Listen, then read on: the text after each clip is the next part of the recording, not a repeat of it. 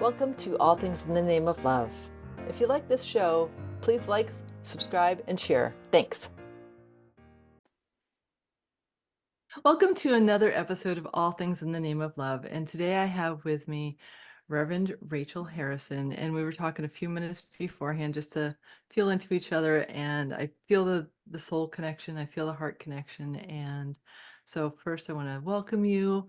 And then I'm going to give a brief introduction about you. And then we're just going to launch. So what I loved is you have this awareness of recovering your soul, and that you've spent a lot of time on recovery and spiritual development, and that you are an inspirational spiritual coach. But like that recovery of soul really hit me because for me, I use the term remembrance, um, because when I came in, I knew I had big things to do, and then I completely forgot. hmm And so it's that journey. And so I'd like to speak to you about yours. And so thank you so much for joining me. And I'm looking forward to this conversation. Thanks, Sophia. I'm really excited to be here. I really appreciate the opportunity to just be part of this raising of our consciousness and opening more people to the truth of who they are, remembering who they are. Yeah. Mhm. So tell me a little bit about your journey because it seems pretty fascinating.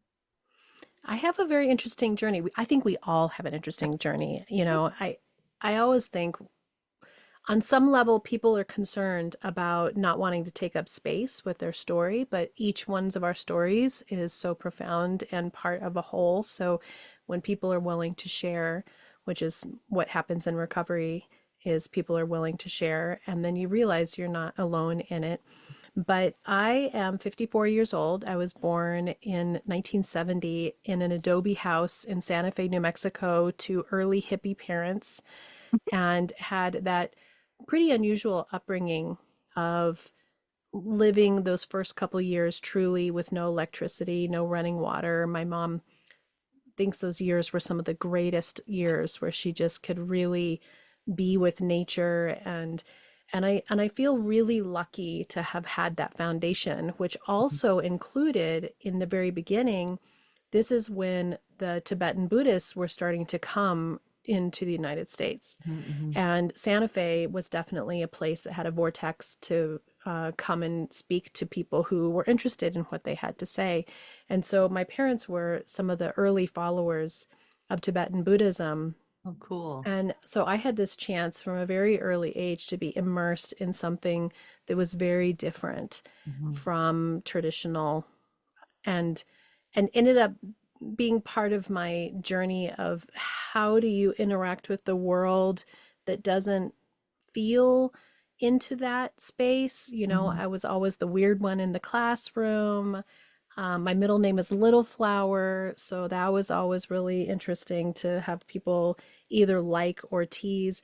And even though there was a lot of people in my community that resonated with this new thought, there was still a lot of pushback. And similar to just our quick little exchange before we pressed record, there is this knowing that we have when we're children around how we are to be in the world. And then you go out in the world, and it starts to reflect a different story to you. And what stories are you going to remember? So I loved being raised by these new thought hippies. My dad's still very much a hippie in New Mexico, singer-songwriter, 83 years old, still totally Awesome. living that life. And when I was 8, my mom went for 3 months to India to go study with her teacher. Oh, wow. And part of that was going to allow me to go stay with both of my grandmothers Ooh. because it's a long time, right? And Hmm. my dad's mother was, I think she was Baptist. Maybe she was fundamentalist in some other ways. I always say she's Baptist. I don't know. But bless her heart, when you say that, like in the bless her heart. I got off the airplane, and what she witnessed was shocking to her. A scraggly, hippie little girl who had just spent time with her dad. And so I probably was extra scraggly hanging out with my dad for a month. And it really scared her. Mm-hmm. And she, from her belief system, felt frightened for me.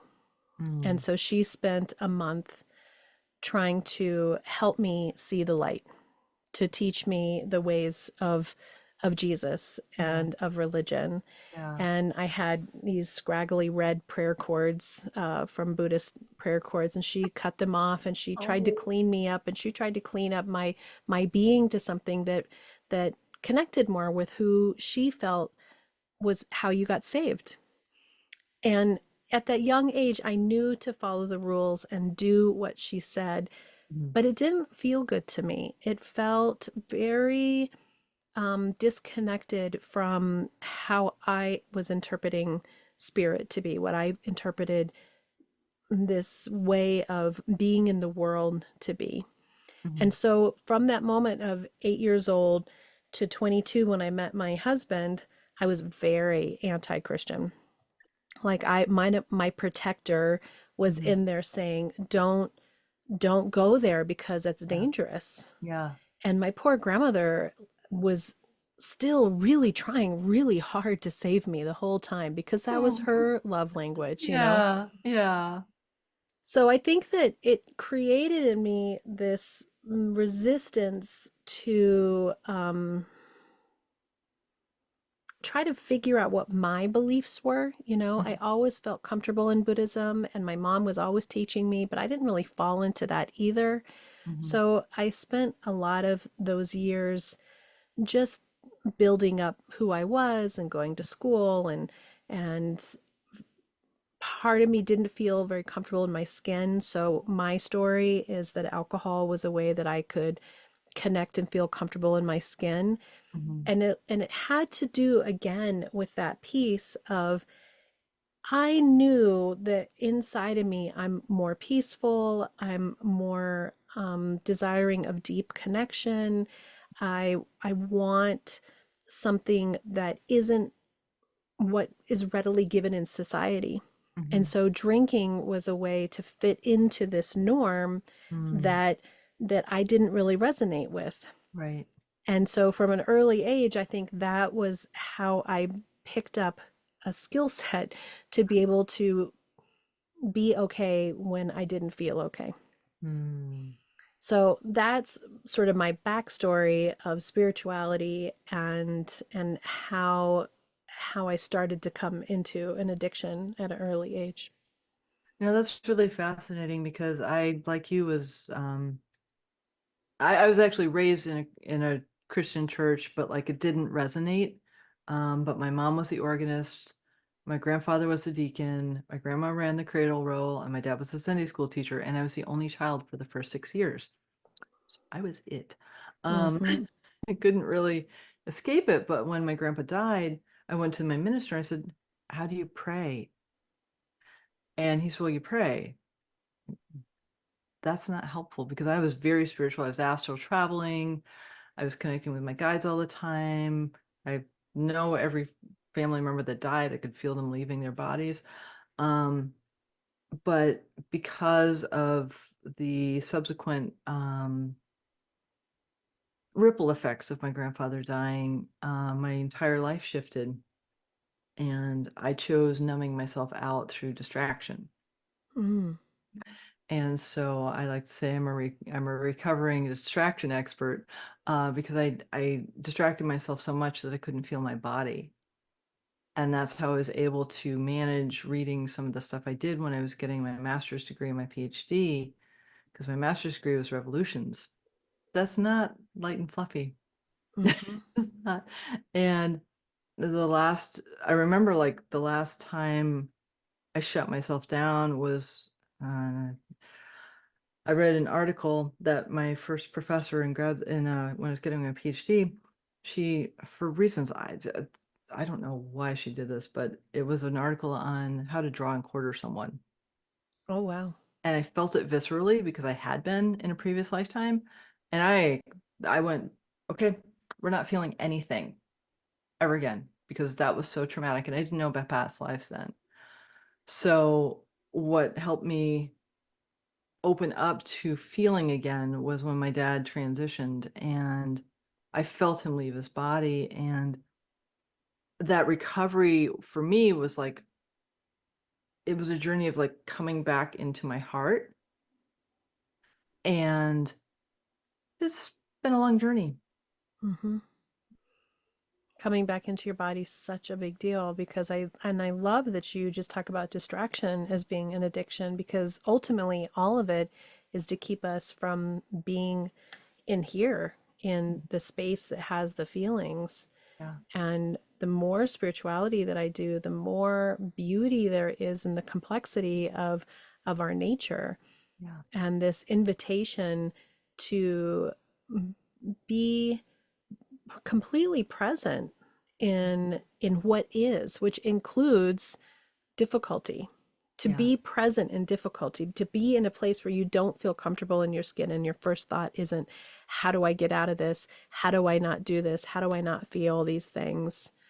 And what I love as well is this awareness that it isn't about hurrying up and getting there. It's why did I have to spend in another whatever it was? I didn't get sober till I was 48. So, another 20 years Mm-hmm. in an alcoholic marriage, in sort of this lost state, which included being incredibly grounded in spirituality at the same time, and then Mm. grasping for control and trying to understand how I was trying to make it all work, and then also being completely checked out in my brain. And that experience, when I look back now, was so essential for me to be able to be interested in what I'm interested now, to soak in what I am soaking in now, to love myself in ways that I couldn't love myself then. And and we all go through this. And the Yeah. more that we look around and say, "Oh, you're doing it too. You're Yeah. on your journey too. Oh, you're in this particular hard part," or "Oh, you've gotten to this light place where you feel love, you feel connection." Like that's beautiful. I think the magic for me is really realizing the, oh my goodness, what am I, the words are really trying to come, the like juiciness of the full experience. And I thought it was just horrendous at the time. The suffering was horrendous at the time. And now I really recognize that it had this element of contrast that was completely necessary. Yeah, I love that. I remember the first time I sat with my friend Angela, who is very, very deep into somatic healing. And she asked me a question, and I could feel myself feeling and really wanting to cry, but not remembering how to. Hmm. And she held space for me that was so profound I couldn't do anything but cry, but it was one of those big ass ugly cries because I Hmm. hadn't done it in so long. And I was so scared of allowing myself to express those tears that when she gave me permission just by being, it was like this catalyst. My body just started craving it. It's like, oh, you just opened the gateway to like let me feel. We're not stopping. And Mm. so one of the things that I didn't know until about 2 years ago, maybe 3 years ago, was I had chronic anxiety and I hadn't been able to feel it. And so How now did it present for you then? What was its presentation? I was very hyper Okay. and I couldn't sit still. I'd be like, okay, I got to do this. I got to do that. Like the Hmm. distractions kicked up tremendously and I couldn't calm myself down. And once I started doing the practice of being present with myself, there was like, but I need to distract myself. I'm like, no, no, no, honey, you're okay. You're safe. You're safe. You don't have to. And now if I get anxiety, which is very rare, it's usually in the middle of the night and it's in my heart. And I just put my hands on my heart and I breathe until it goes away.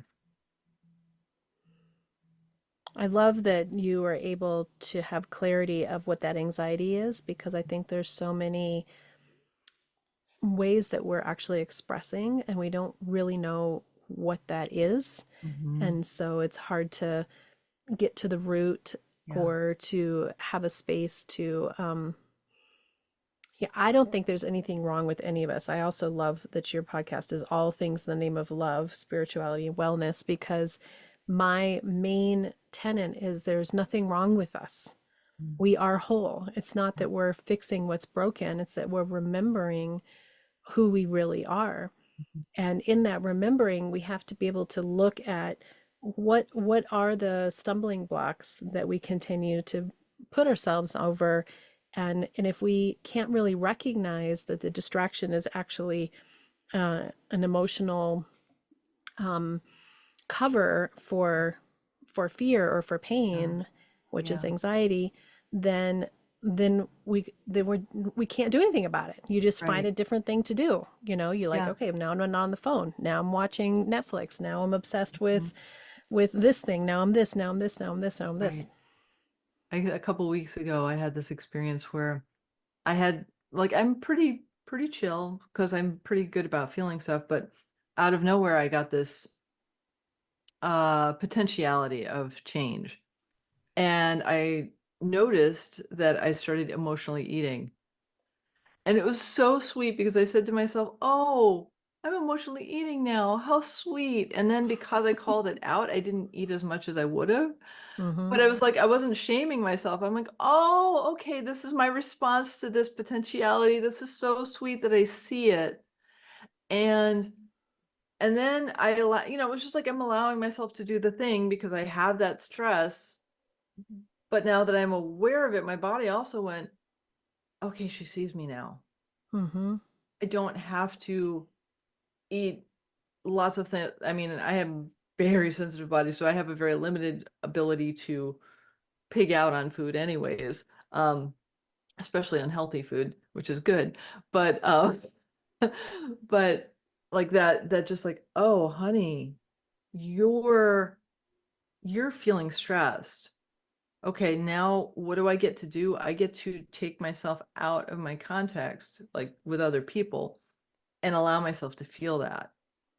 And that is such a gift I give to myself because before I try to like override it or ignore it because it's so much that's the pattern, that's the protection.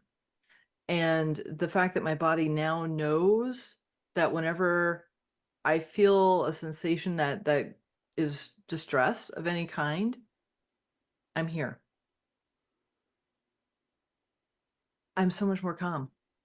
Absolutely. And you're doing it for yourself, which I think is one of the greatest gifts that we can learn is so much of us is looking for the outside to be what Mhm. provides us with the calm. If only my Right. husband would show up in this way, if only my kids or my friend, or if only somebody else would be there for me. And Mhm. ultimately, the more that we are there for ourselves, our higher self is there for those wounded selves or those fearful selves. That's the power to me that is so profound. Yeah. We did a session with our minister. I went to a Unity church forever, which is kind of coming back to my story, which is when I met Rich, my husband. We've been together for 32 years, and he was a devout Christian. And how here I was kind of rejecting all, but if you asked me, I was Buddhist. And he actually went to like a big non-denominational church that had all the bells and whistles and studied Bible classes with some friends and but I was just smitten with him. He was the one for me, right? And so because of that, I was willing to overlook his Christianity. And he started asking me questions. Mhm. He started asking me questions about Buddhism. And that made me ask questions about Christianity. Mhm. And it opened this door that I'm so grateful has been opened for me to let go of that resistance. Mhm. Mhm. And we found a Unity Church, which was the first place that we found where neither one of us had to change who we were. He didn't have Mm. to let go of his love for Jesus, and I didn't have to move over into some belief system that didn't align with me. I could still be fundamentally Buddhist. And we had attended that church since, oh my gosh, since our son was born, so 27 years ago. Oh, So wow. that was the foundation of spirituality. Wow. Anyway, back to the other story. So our minister was doing a counseling session with us as things started to get a little um, dysfunctional and strange, as all relationships do, and ours especially since we were both drinking. And we did the therapies of your inner child.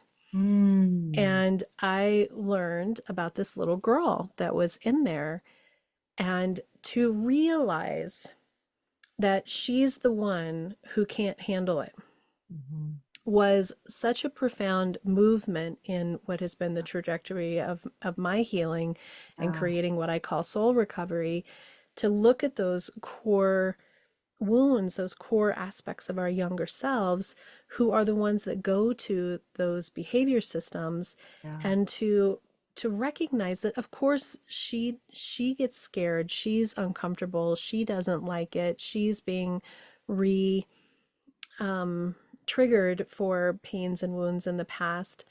Mm. And that was so beautiful, because now my higher self shows up for her, and Yeah. she needs less and less and less attention from me.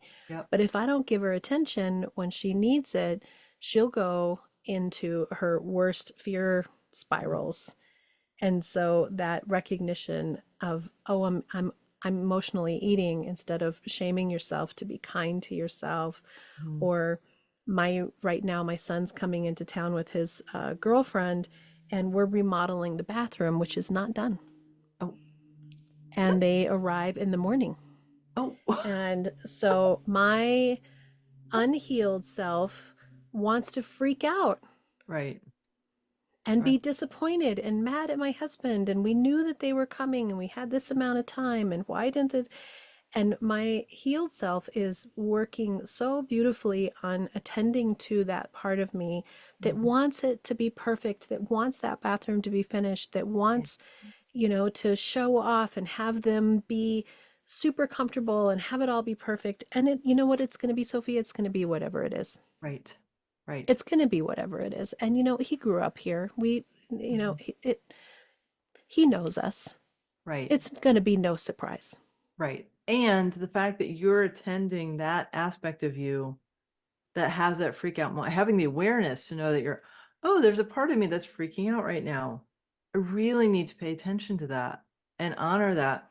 I had a situation a couple months ago where I was guided to do a healing session with my mom where I'm wearing a rosary and I don't even have one. So I had to find the rosary from one of my friends. It had to be borrowed. And then I'm supposed to make water holy by blessing it and drink Hmm. it and then put some on her knee. And I mean, it was a whole thing. And my little girl was digging her feet and the heels in the sand. I am not moving. You cannot make me move. And I'm like, honey, we have to do this. This is not an option. I put it off long enough. This is healing for both of us. And I know you don't like it, but here's the deal. You get the back seat of the car. There's blankets, there's coloring books, there's your favorite stuffed animal, there's some snacks, there's some water. You're going to stay here and I'm going to do the adult thing. And then when I get back out, I'm going to treat you to some chocolate. And she was like, okay. But I didn't bring her into the situation. And then Yeah. massive healing happened as a result of it that I could not have done if she'd been with me. I So, love that. I love yeah. that you brought that in, because I think it's so essential to calm and really soothe and give that younger part of yourself all the attention that it needs, Yeah. because otherwise it's still activated. Mhm. And I think that when I work with people and we do these exercises and these meditations and healings, this concept that time is a wheel, and that we really have this chance to be on the wheel. So whatever happened is over, and Mhm. yet it really lives on in our psyche Yeah. and the energy that's around it. So every time I put my little girl in my place, that is, actually, you mentioned lilacs before we got started, and for me it has this, being in the garden, being under the lilac bush. We had this apricot tree that I would climb into the apricot tree and just eat apricots until I was stuffed. There's where I put her. And the Yeah. more I put her there, the wounds are the energy in them is less and less and less and less. And it's not even my little girl so much that shows up when my husband's not finishing something. It's just the awareness that being out of control, which I think is the foundation of my ministry, soul recovery, is this awareness that when we feel out of control, we want to step up in behaviors that don't benefit us. Mm-hmm, So mm-hmm. my bitching at him for not having gotten this project done Yeah, soon enough or stomping around and being unpleasant is going to do no good for anyone, but it's especially right, going to do no good for me right. because I'm the one that lives in my skin. I'm the one that Mm-hmm, gets to choose how I show up in my relationship. And the mm-hmm, more that I do this work, it's like truly realizing that I'm powerless over everything outside of myself mm-hmm. and taking my power back by saying, if I choose to decide that this trip is blown because the bathroom didn't get done to its pristine level, that's on me. Yeah, That's on me that I'm giving my power away to determine that this finished project says I'm okay or not. right. And the more that I do this work, it's like my past selves are they're in their safe places and time has healed and it's come back around and then I can just be in the right now, Yeah. which says you can't control anything outside of you. So what are you going to do? How are you going to be present and make choices for yourself that benefit not in a selfish way, but to show up as my best self in everything? And that power of connection with spirit heals so much Mm, and lets everybody else be where they are right. and has been, I think, my greatest recovery, which is the soul recovery. It's it's really that. It's relationship.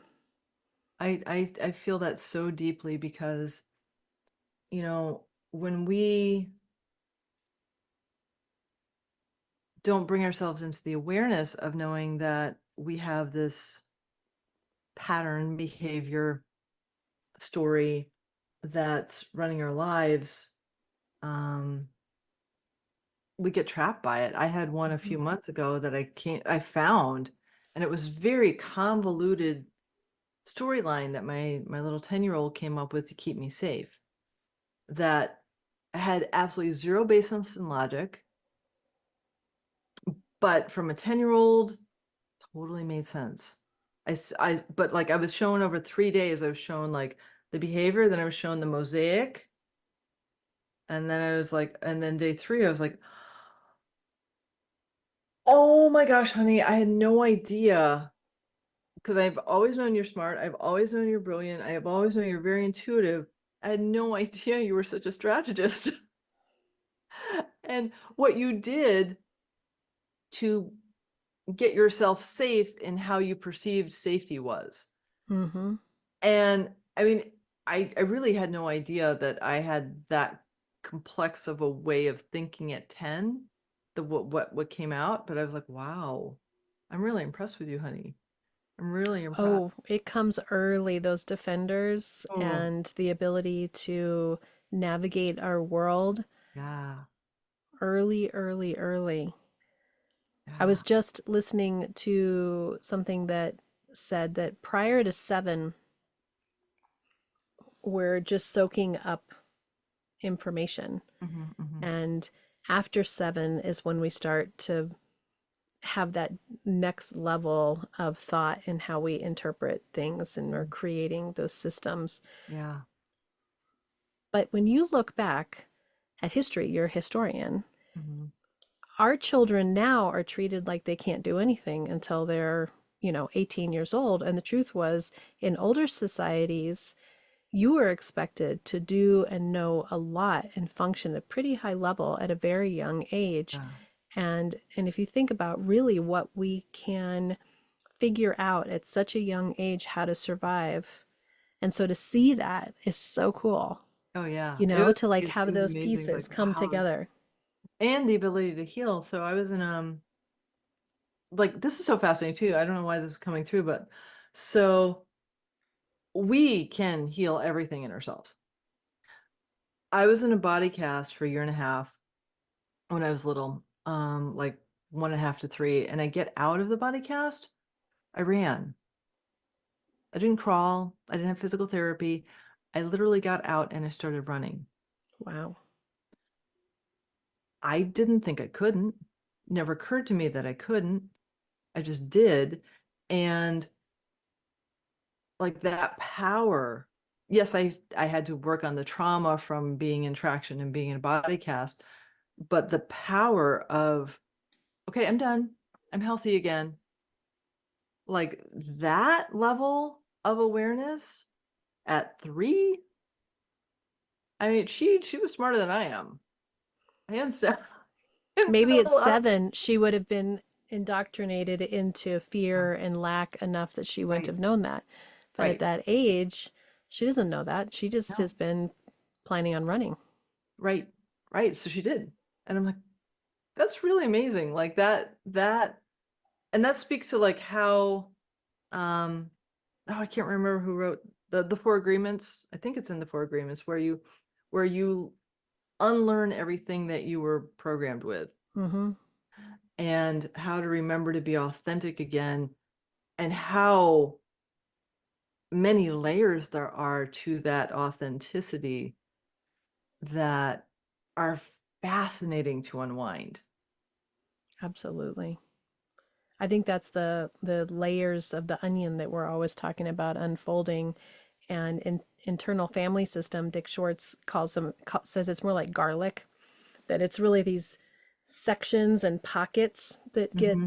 that are connected to each other but have their own little layers around them. And I Yeah. love that because we really are these beautifully complex beings. Hmm. And I love that you can have access to your past lives. I know I had other ones, but I don't have any access to them. And I recently came across somebody who said that he'd known me before, Mm. and I said, I wish I could remember past lives, but I don't remember. And he said, you're not supposed to. And that was interesting because part of me thought, well, if I just try harder, then I can get it. But the permission that it gave me is also this piece in spirituality. I think we can compare ourselves to other people. Hmm. Oh, Hmm. you hear your guides, I don't hear guides. Right. You have angels that have names, I don't have, guides that have angels that have names. Oh, you remember your past lives, or you see colors, or you see Right. auras, or you have this direct contact. Hmm. And none of us, there's no cookie cutter. None of us are supposed to do it in any particular way. The concept is you are here to be your unique you. Hmm. And how you relate to spirit is uniquely yours, and Right. your gift to connect with animals. And I think I have a gift to connect to source when I'm working with people that speaks directly to them, where I get out of the way. And Hmm. other people have gifts that are uniquely theirs. Like, don't we all need each other in Yeah. exactly what we Yeah. have, instead of comparing and contrasting as if one Hmm. is better than the other? Yeah. And so when I see people on the spiritual journey, there's so much like the doubt comes in that like they're not doing it right. Right. Right. Well, and to lead to the past lives, one of the ways I tuned in was like, what are things I was drawn to that come very easily to me? Hmm. Connecting with animals, hands down. I've done that many, many lifetimes. Baking. I started baking at 4, and I'm 55, so I've had like 51 years of experience baking. I've done all of the different things. I've done keto, I've done gluten-free, I've done all these things. I've messed with it. Before those things came out, I was making gluten-free stuff. I was just like experimenting. And the confidence I have in that makes no sense. Like the degree of confidence I have in finding anything when I do research or baking and it make cooking of in any way. I can make anything, and it's like an innate knowing. Hmm. That's what tells me that I've done it before because I take it for granted because I expect that people can do what I do. Those are the soul things that come through in the past lives when we That's a have that cool. level of confidence in Hmm. that. So, That's a cool way to really look at it because I think, again, we can get so caught up in it's supposed to look a certain way, but to just yeah. be in tune with your knowing. Hmm. Hmm. Yeah. Yeah, it's so much fun to play in that and then see what my soul wants to explore in this lifetime because I can tell when it's something new and I haven't done it in a while, I feel the resistance to it. So that's where it's like, oh, I get to explore this new aspect of me that hasn't shown in a long time and it wants to express itself. Mm-hmm. Yeah. Yeah. This push, this need for us to push. I was listening to a Eckhart Tolle recently, and he said, "Wouldn't it be nice if we were at this retreat and the weather was perfect and the room temperature was perfect, and we feed you three perfect meals a day, and you never have to feel any discomfort? Where is the change in that?" Hmm. You know, and so there is this piece that needs to hit those walls, and I think the thing for me when I dove into this in 2018 and finally let go of alcohol and really realized my issue was not necessarily the alcoholism. My issue was coming back to the beginning of the conversation, which is how do I be in this skin Hmm. without checking out, without trying to turn off, without being afraid, Yeah. without being angry, without trying to control. Hmm. And through 12 step initially, which I totally needed because I was very addicted to alcohol. Mm. Um, I it was like I burst with all of the spirituality that had been nestling in there and coming in but hadn't had any place to blossom. The Hmm. seeds had been planted, and Hmm. all of a sudden, with a better mindset and a better mental faculty, it just burst into this being. And I just started soaking up and reading and doing and connecting, and um, pretty quickly left 12 step and went into just this having had a spiritual awakening as the result of these steps is the 12th Oh, that's step. beautiful. So having had a spiritual awakening, now you go and connect with others. And so for me, what ended up happening was in the rooms, people would say, "There's just some way that you share, Rachel, that speaks to me." And so I just got my phone out and started recording what is now the Recovery Soul podcast, which was, this experience of really finding myself and letting go of all this dysfunction. Mhm. And then I became a metaphysical minister, and then, like time has just moved on, but it's nurturing the garden that is within you already, Mm. and opening to whatever that is, knowing that each of our journeys is uniquely our own, Mm. but it all has the same desire, which is to remember our wholeness, Right. to remember who we are. Yeah. Yeah. And like there's so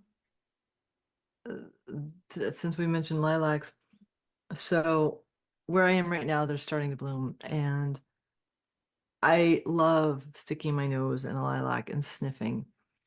And that giddiness that I get, I'll be walking, I'm like, lilac tree, and I'll hurt bush, and I'll just like beeline for it. And the person I'm walking with is like, okay, weirdo. And I'm like, I don't care because this is like a joy for my soul, just to smell the lilacs.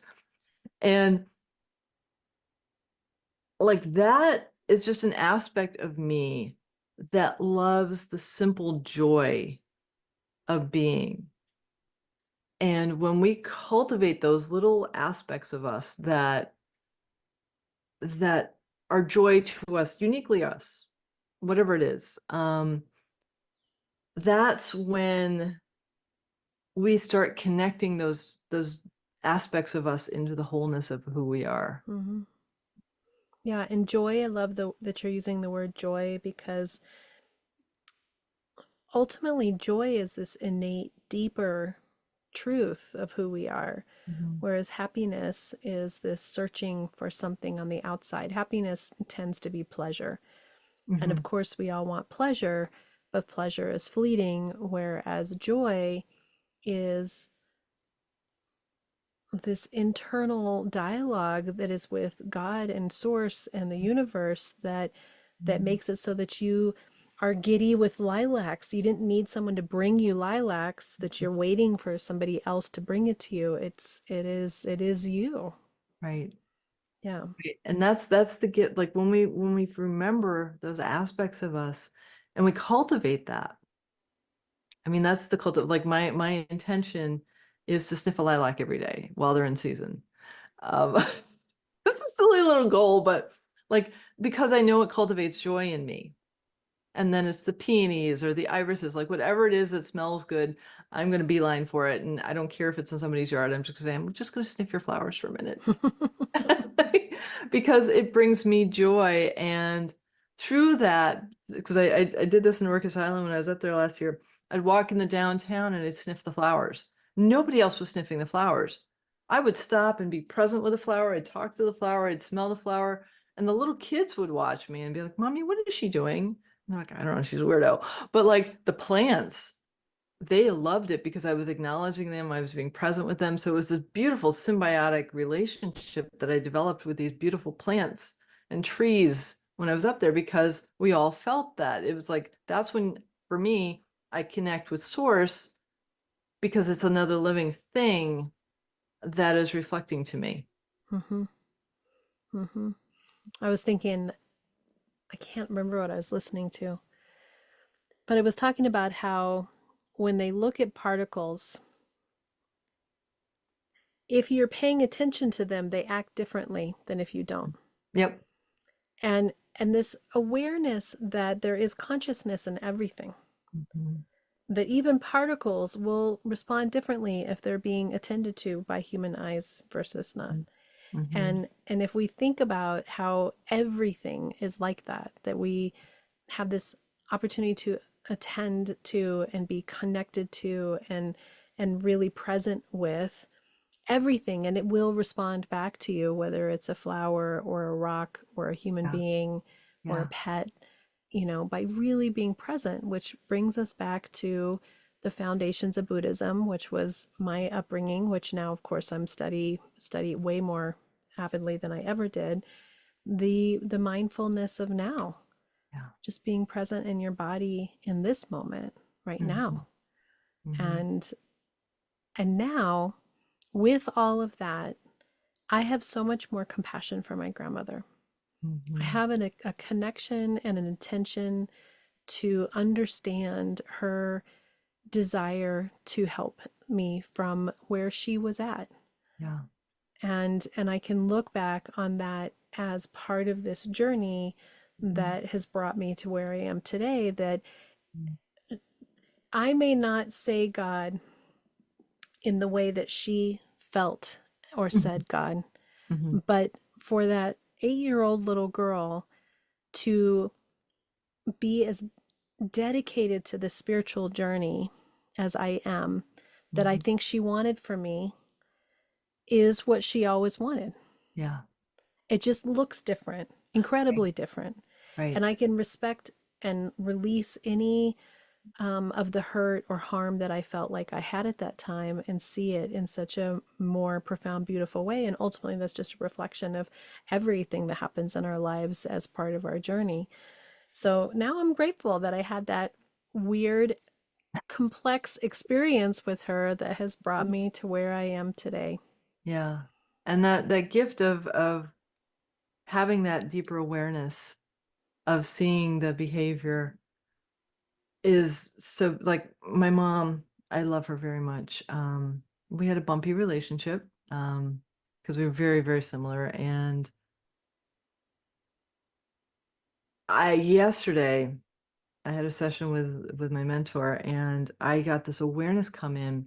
So I'm a musician. She's a musician. I play by ear. She plays by reading. Um, Shortly after my grandfather died, she decided to learn Toccata and Fugue in D minor. I listened to that every day for 3 months, for Mm. hours. So one day I came down and I played it. She was so pissed. She was so pissed.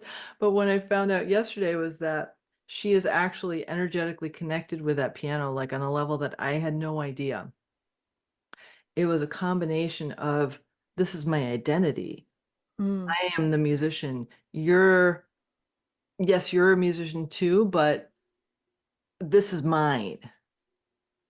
And I didn't understand that level of need to have control over something because nothing else in mm-hmm, her life was in control at the time. That my action of just sitting down and playing it because it was stuck in my head and I couldn't get it out. Um,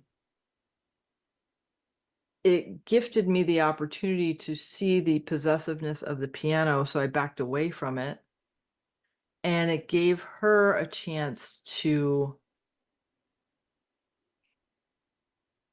well, what it could have done was attend to a wound. What it did was just push me away a little bit more, but I have the compassion for her now because I see what it was. mm-hmm. And I couldn't have seen that at 10. I just said, I can't play this piano because she's so, like, I don't know what she's going to do. That level of like insecurity.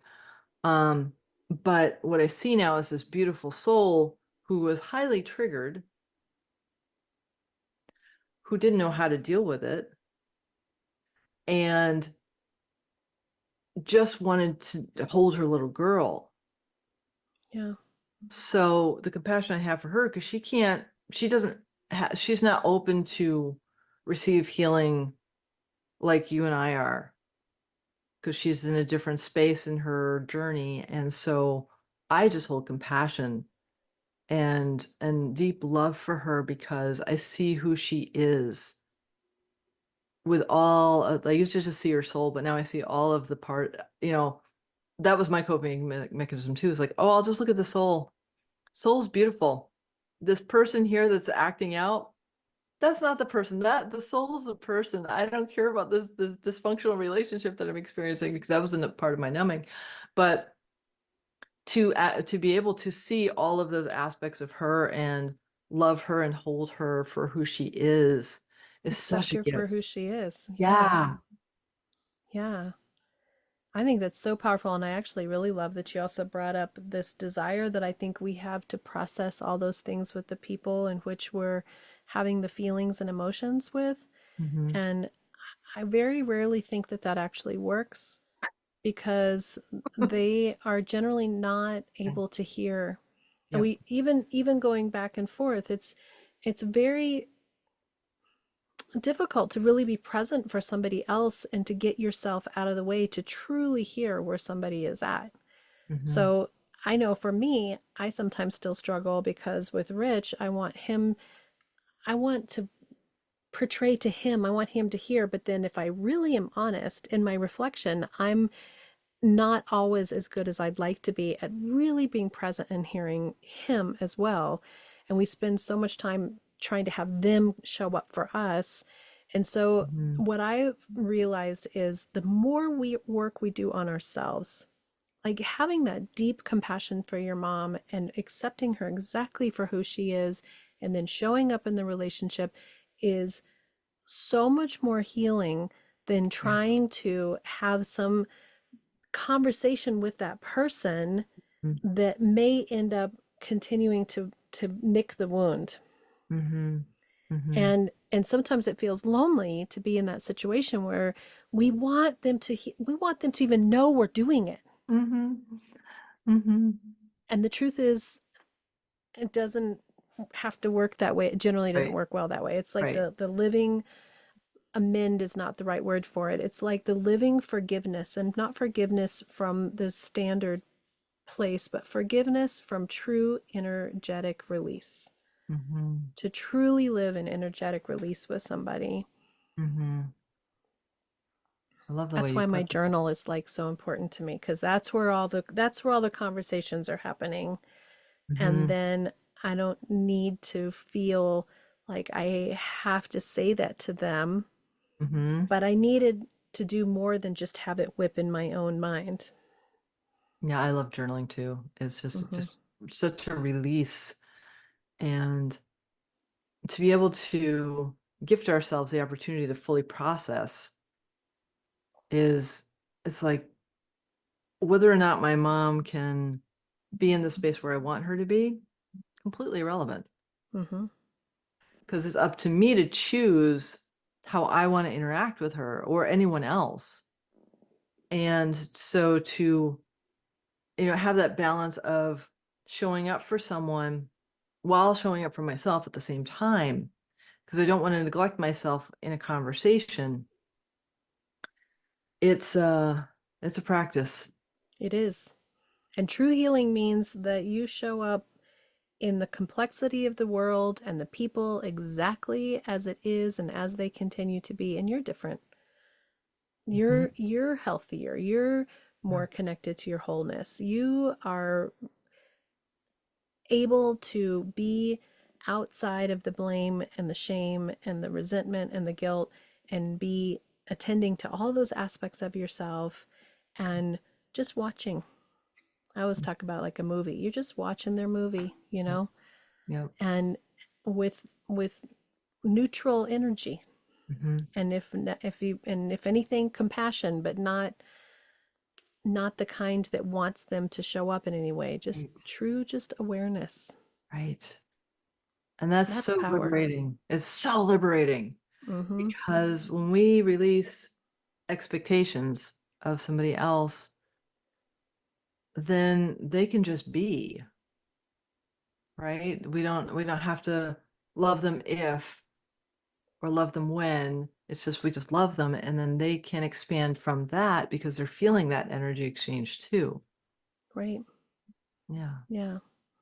And I heard somewhere that I really resonated with me as well, which is, since we're talking about past lives, is we continue to work with the same soul energies Mm-hmm. until we have true resolution with them, Mm-hmm. until there is truly peace.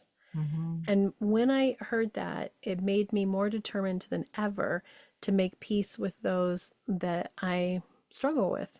Mm-hmm. Because if I really want them to go away, how am I going to do that? Well, by rejecting them only brings them closer to me Right. potentially this time or next time. So I Mm-hmm. really want to have peace with them Right. this time so that we're making more um, conscientious choices Mm-hmm. around the energies that we want to continue to work with Yeah. in our movement forward in our evolution. Mm-hmm. Not always easy. I'm not always perfect at it, but I'm getting better all the time. It's a process of mastering. It's a process of Hmm. mastering. I've mastered triggers. That's taken like 4 years, but I have mastered triggers because I've had so many of them. And the awareness to know how to process them. But it's a process. It's a Hmm. process. And it's for those who choose. Yeah, Yeah. yeah, absolutely. Mm.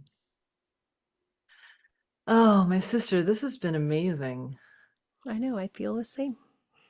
So I'm going to ask you the question because I know it's just about an hour. I'm going to ask you, how can people find you? Thank you. Well, I have my own podcast called Recover Your Soul, which is on all streaming platforms and comes out every Monday.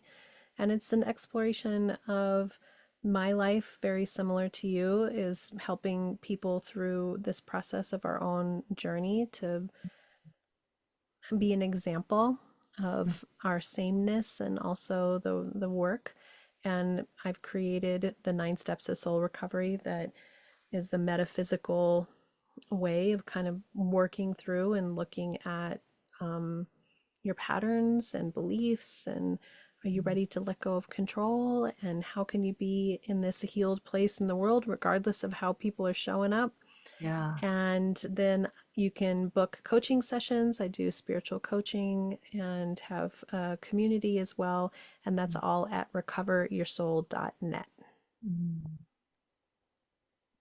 Rachel, thank you so much for this amazing conversation and for showing up and just your beingness, your beingness. I just so enjoy who you are and this conversation and our connection.